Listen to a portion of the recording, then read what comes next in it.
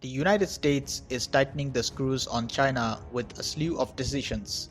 Firstly, President Trump crushed the Chinese tech industry with his decision to ban the sale of chips built on secretive American models to Chinese companies.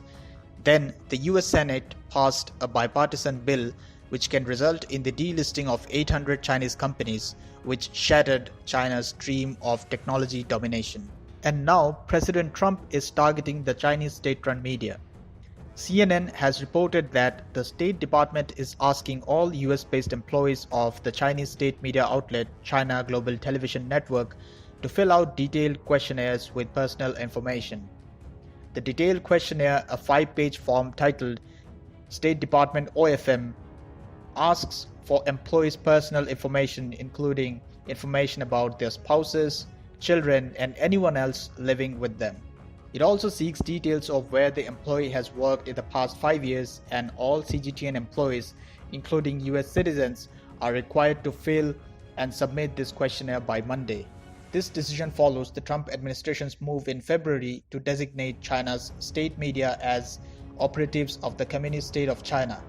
The US State Department had told Beijing that 5 of its official media agencies, Xinhua, CGTN, China Radio, China Daily, and the People's Daily, will be subject to the same rules as Chinese diplomats.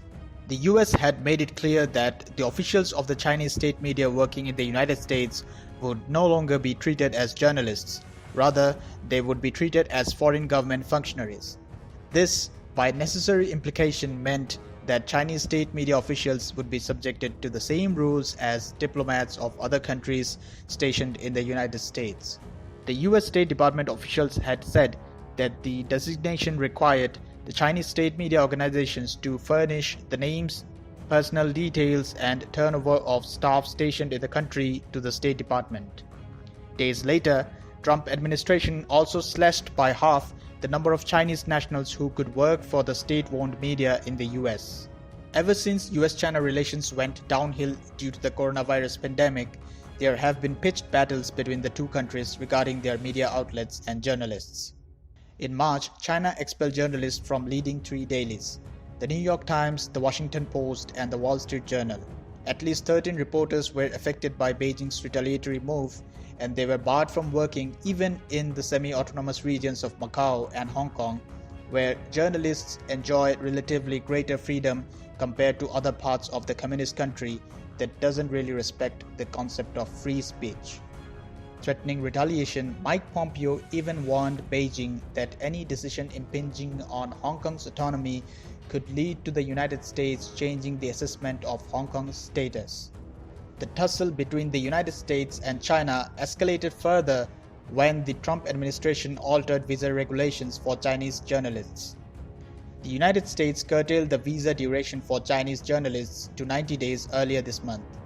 China has threatened retaliation if Washington doesn't roll back its decision.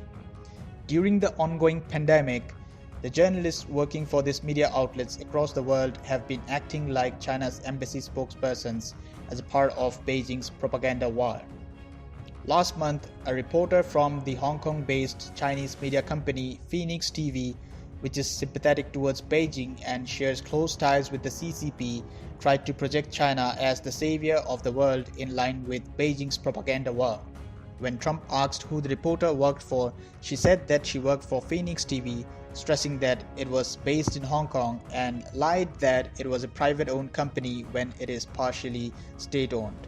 What she also failed to tell Trump was that the founder and CEO of the company is a former member of China's People's Liberation Army. It is clear that the United States president is taking none of these lies. He is calling a spade by treating the Chinese state-run media reporters as Beijing's diplomats, instead of engaging with them like they are journalists.